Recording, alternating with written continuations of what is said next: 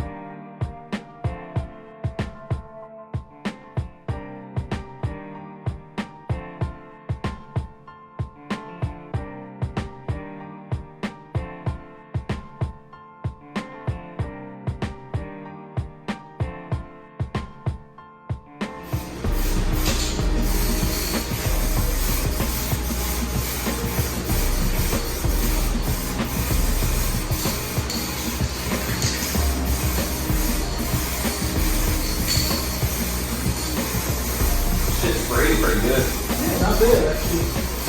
That was kind of fun.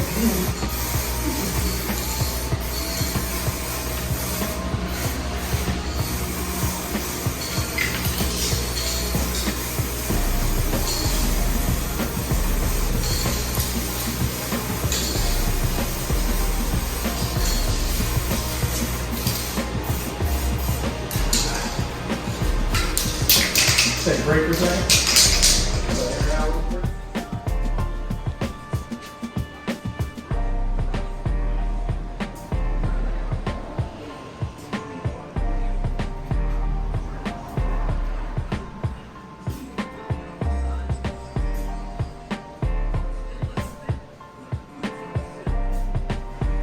Got one coat on her.